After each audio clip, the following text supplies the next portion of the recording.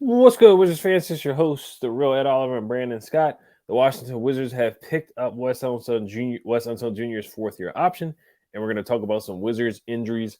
Let's get to it. You are Locked On Wizards, your daily Washington Wizards podcast. Part of the Locked On Podcast Network, your team every day.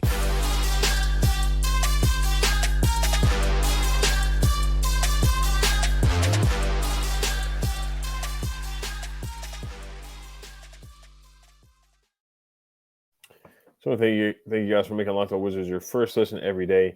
We are free and available wherever you guys get podcasts with my guy Brandon Scott and myself, the real Ed Oliver. So Ava Wallace, she announced today that the Washington Wizards are picking up Wes Unseld Jr.'s fourth-year option. He will be most likely, well, we'll see, but per the contract, he will be here through the 2024-2025 season. Brandon, what are your thoughts on that? Is this a good or bad move? And then Wizards Media Day was today, but we are going to break down Media Day for the rest of the week. We're going to break it up player by player or two players per episode for the rest of the week. And then we got the preseason game next week, October 10th against the NBL team. So just stay tuned for that. We're going to break down Media Day because there was so many guys that talked. There's so many guys on the roster at this point. So we want to give each player their due time, their due diligence, so we can focus on what they have to say. We don't want to rush through each player. But, Brandon, I'm going to get to your thoughts on the Wizards picking up Wes Unseld Jr.'s fourth-year option. It's kind of 50-50 for me, man. I'm kind of surprised, but I'm not. You know, I know that his father's name is linked to the franchise, or his name is linked to the franchise. So that might have had a lot to do with it. How did Ted Leonsis feel about it? That might have had a lot to do with it. I believe that this is going to be an evaluation year under this new front office, but you know they said a lot of nice things about him. You know, it seems like they want to see how he does with a young team, and it's going to be interesting to see how Dawkins does with finding the pieces to kind of implementing Wes Unseld Jr.'s system, which is a defensive system. We're very tough on him for kind of the lackluster defense for the last couple of years, but you know if you look at them drafting Bilal Coulibaly, who is a defensive-minded player. You know, it's going to be interesting, again, to see if they can find the personnel to implement the system. So I'm surprised, but I'm not, because with a rebuild, you want stability. And he already got, chemistry where, half of the team. And then, of course, you got new additions. But, I think that, is it a good or bad move? I think for the sake of familiarity, I think it's a good move. Obviously, he's already solidified himself here. But, I'm not going to say pressure, but maybe I am. I mean, that's just a little more pressure to say, look, they're committing. You've got to take that step. You definitely want to see him take that step this year as far as, and obviously we both said it that this year is not going to be really judged on wins or losses. Really, how does these young pieces, Bilal Coulibaly, Denny Avia, Johnny Davis, and of course Corey Kispert, how do they evolve? And, do they take that step forward? So I think for right now, it's a good move. I know that not a lot of people are high on Wes Unseld. I get it. I've been tough on him the last couple of years. I get it. But with a rebuild, I also did say that I wanted to see how he would do with a young roster and kind of implement his system. Because again, these last 2 years, he kind of had a mixed bag of rookies or young guys and established veterans and different play styles. And he had to pick and choose. And you mentioned the last episode where Anthony Gill got a lot more minutes than some of these young guys. So it kind of shows the fit of the system and stuff like that. So for right now, it's a good thing because it's consistent. It's consistency at head coaching, But again, he's got to take that step because fourth year, doesn't mean he can't get fired. Right, yeah, that's true. It doesn't mean he can't get fired. I mean, they still brought in coaches. So it's kind of them saying to him, look, we're committing to you. We want you to take that step forward as a coach. So for right now, I think it's a good deal. I mean, I'm interested to see how Wes does with his young roster, but Wes has got to make some moves. Obviously on wins and losses, but he's got to take that step forward as a coach. Right. Yeah. So a lot of improvement areas for Wes. You can bring up the ties with his dad and the legacy. But yeah, I mean, this year it's not going to be judged on wins and losses. Now Wes just came out and said that Bilal most likely will be playing in the G League.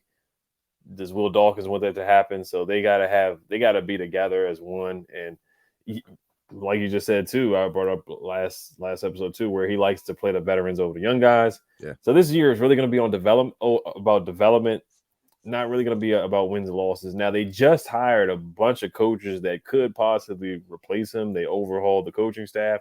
They brought in guys that they want to develop the players. So they're really, really focusing on development really, really hard. So it's going to – how does Bilal look this year? How does Denny look this year? Does Corey make a leap? Does some of the young guys make a leap? Is he going to be playing Shamet a bunch over some young guys? Is he going to be playing Gallo over some young guys? How does Jordan Poole look? How do guys look in this offense? Are they going to push the pace? They really want to push the pace. They want to shoot the ball better. So a lot of things that I feel like the front office wants to do, can Wes implement that and do that? Now, Wes, you look at his track record, 35 and 47 both seasons. He's been historically a part of a bunch of bad losses. The Clippers lost. We were up by 35. We lose that game at home. The Nets game at home where we lost by 40. We gave up 100 points in the paint to the Denver Nuggets. So he's been on the bad side of history a lot with his time in DC. His rookie year, his rookie head coaching year, he had a hard time managing egos, managing guys in the locker room. Guys were kind of, we heard so many rumors that guys were going, Montrezl Harrell, Spencer Dinwiddie, Kuzma, KCP going back and forth with each other, fighting, fist fights in the going into the locker room. Bertans and Denny not getting along, having a argument during the game. So yeah, it's been a rocky, rough 2 years for Wes. You look at the end of the game situations where he's just giving the ball to Brad, telling Brad to shoot every shot at the end of the game and dribbling off his foot. So no creativity at the end of the games.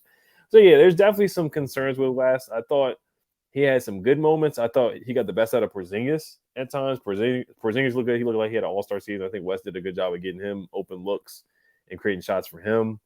But yeah, there's some concerns with Wes. So we'll see what he does with a team with less egos, just young guys, just throwing the ball out there, looking for guys that just want to improve and get better. Can Wes have more of a voice and more of a control over those guys and get the best out of those guys? So that's a big question mark there. And also, yeah, you said he still could get fired.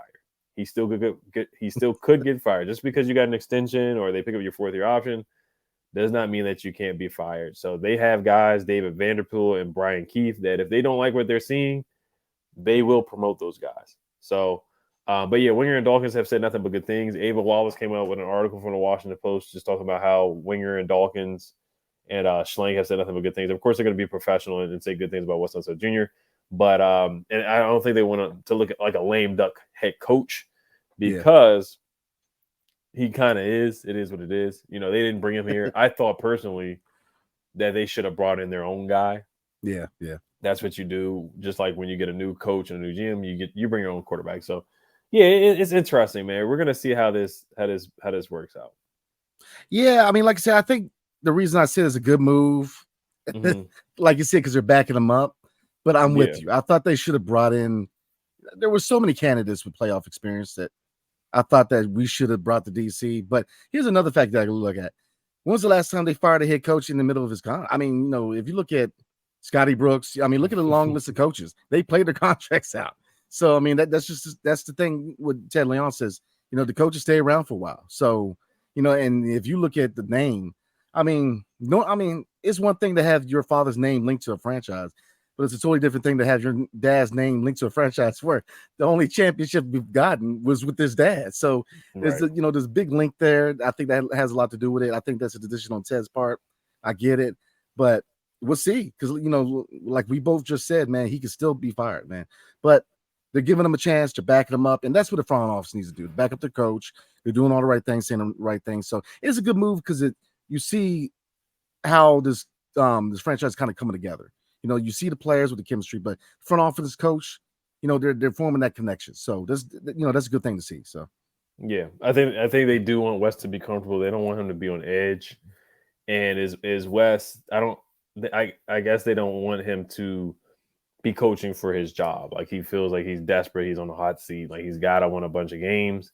Yeah, they want to give him some time. So I don't mind it. I think originally they should have went elsewhere, went in a different direction, but it's too late now. So they got him. He's still coaching the team. So I guess they might as well write out the contract, and they probably don't want to pay another coach already. They probably just want to write out this contract and just pay him, kind of like what you brought up with Scott Brooks. They just ended up paying out his contract, and they let him play out, and then they didn't. Once his contract ended, they didn't bring him back instead of firing and then having to pay out the rest of his contract. So All right, we're going to talk about some of these injuries here. But before we do get to that, today's episode is brought to you by Ibotta. It's football season, so that means pizza, wings, and maybe even some buffalo chicken dip. Whatever you prefer at your tailgate, go all out and get cash back on every purchase with Ibotta. Ibotta gives you cash back on hundreds of grocery items from produce to personal care to pantry goods, so you can make sure you're beating inflation no matter what you're purchasing. Either link your loyalty account or upload your receipt after you shop and get your cash back. It's that easy. The average Ibotta user earns $100 per year. That could cover the cost of an entire shopping trip, or you could use your cash back to buy that flight you've been eyeing, that game you're dying to go to, or the fancy dinner you've been craving. You can earn cash back on hundreds of online brands and retailers too when you start with Ibotta, including Lowe's, Macy's, Sephora, Best Buy, and more. Download the Ibotta app now and use code LOCKED to start earning real cash back. Just go to the App Store or Google Play Store and download the free Ibotta app and use code LOCKED. That's IBOTTA in the Google Play or App Store and use code LOCKED. All right, so let's talk about some of these injuries here in training camp. So Daniel Gafford injured his elbow in training camp. Actually, before training camp hasn't officially started yet. So he hurt his elbow in open gym where they've been practicing. The guys have been practicing together, which is a good thing. But he hurt his elbow. He's going to be sidelined for about 3 to 4 weeks. And then Landry Shamet broke his toe, and he's going to be sidelined for 2 to 4 weeks as well. Now, if you look at the calendar, the first game of the season today is – they announced this yesterday. Who knows if they already knew about this information, but the first game of the season is I want to say against the Pacers on October 25th. I got to look that up. But what are your thoughts about the injuries? Yeah, so today is the second. So if you look at it on pace, they may be back by then, but there's a possibility it could not be ready. But what was your initial reaction to the injuries, and how do you think it affects the big man rotation? I guess we'll start out with the big man rotation first, and then we'll move to Shamet, and we'll talk about like the shooting guard rotation. Got you. How does it affect the vision of the team? I mean, we were expected to tank, so it just helps that course. But it's going to free up minutes for Johnny Davis, depending on how they do the rotation.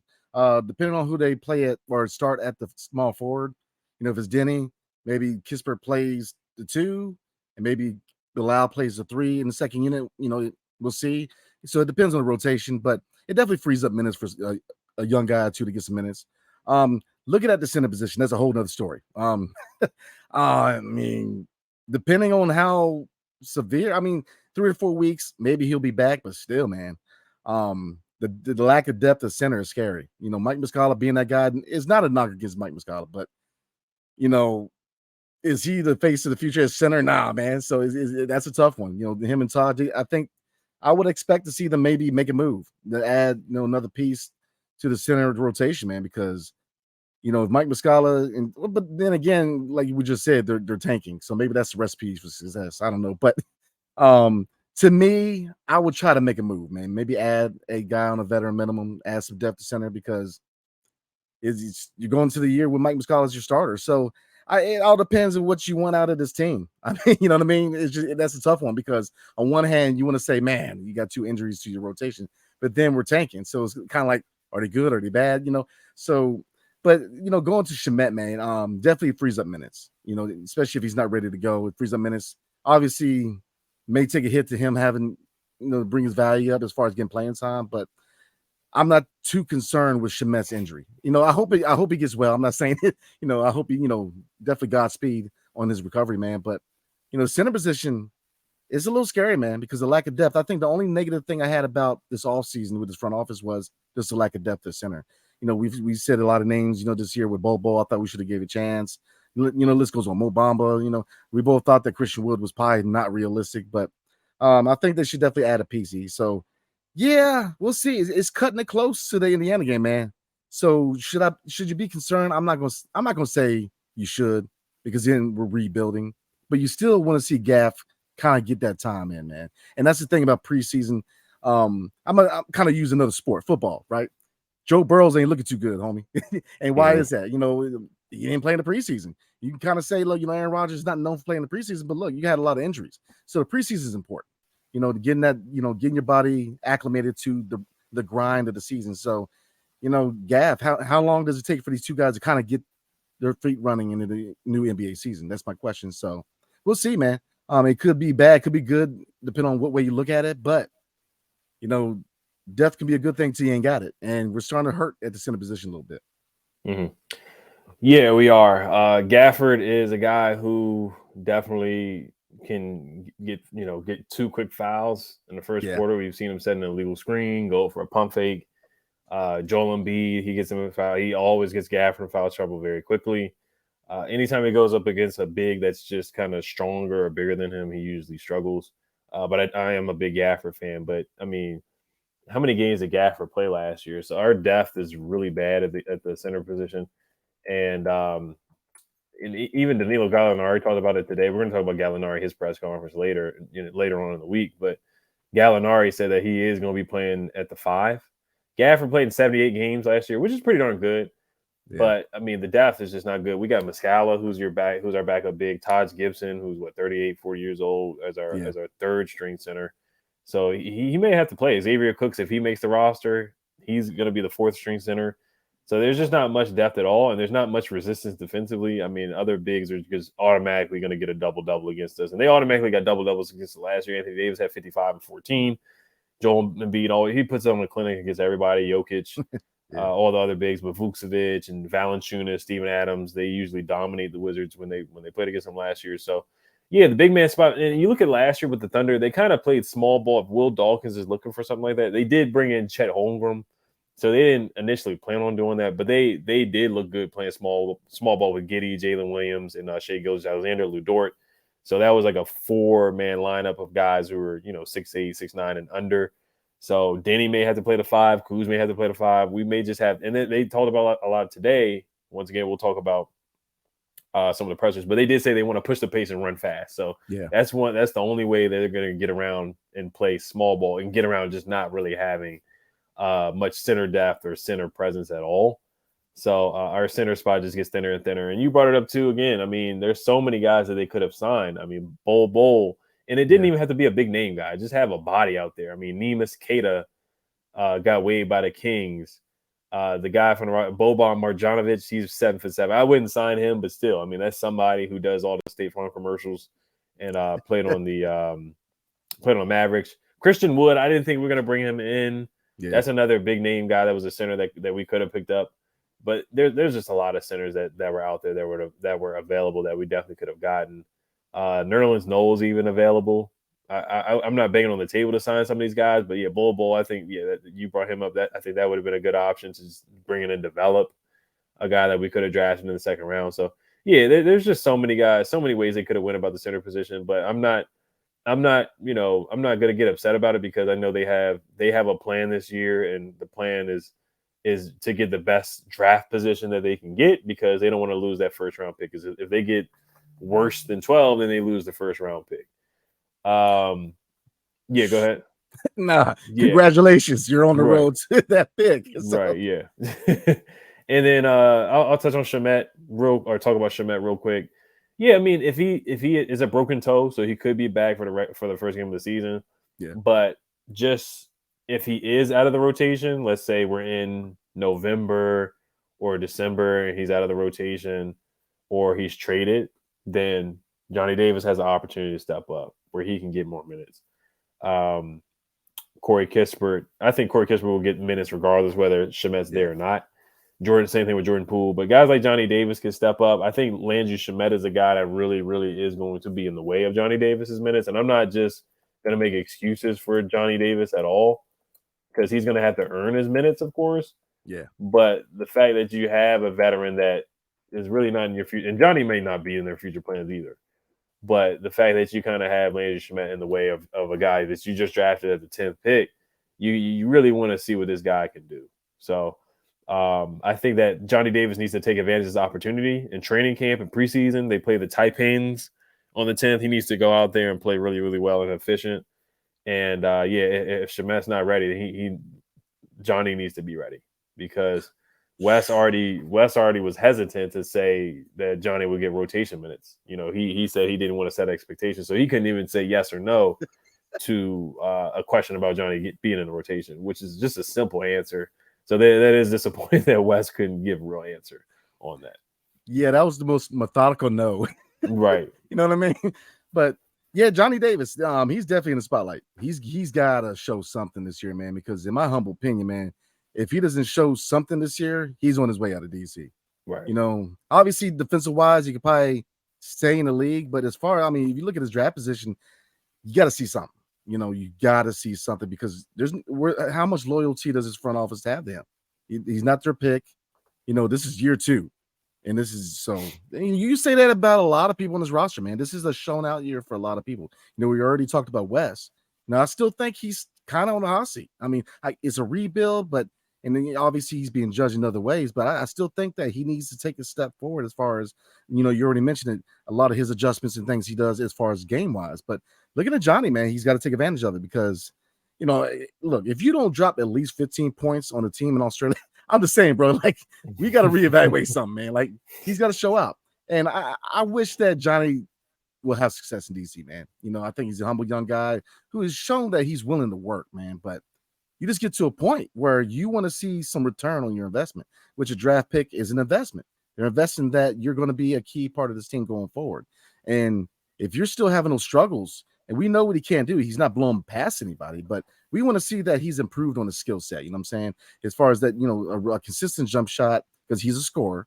The defense is already there. So, you know, the ball's in his court. No pun intended. I mean, is in his court. You know, I wish him success, but look, you're also a professional. You know, you've got to play, and he's got to show what he can do when given minutes. So, yeah, you know, with Shamet being out, he definitely has to capitalize out of anybody.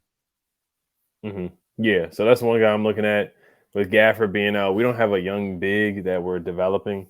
So I would love for us to look at a big in the draft. Next offseason, we got to attack the big man spot in the draft or free agency or so. We got to get some more. We just got to get some bodies in there, some more physicality and toughness. I do think we're a finesse team. We do get pushed around a little bit.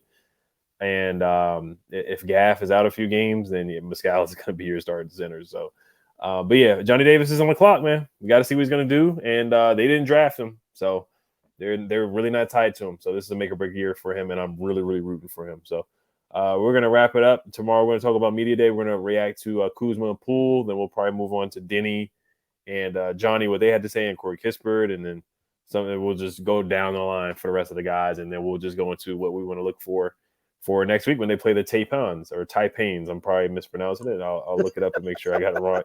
Get it right for October 10th at 7 p.m. I'm excited for the preseason. I'm excited. Really yes, sir. Yeah, it's ready to roll. I just want to thank you guys. Oh, go ahead. No, I'm ready to roll. You're excited for the preseason. Yes, sir. All right, I just want to thank you guys for making Locked On Wizards your first listen every day. We are free and available wherever you get podcasts. Make sure you guys subscribe and hit the notification bell. Hail to the Wizards. Peace.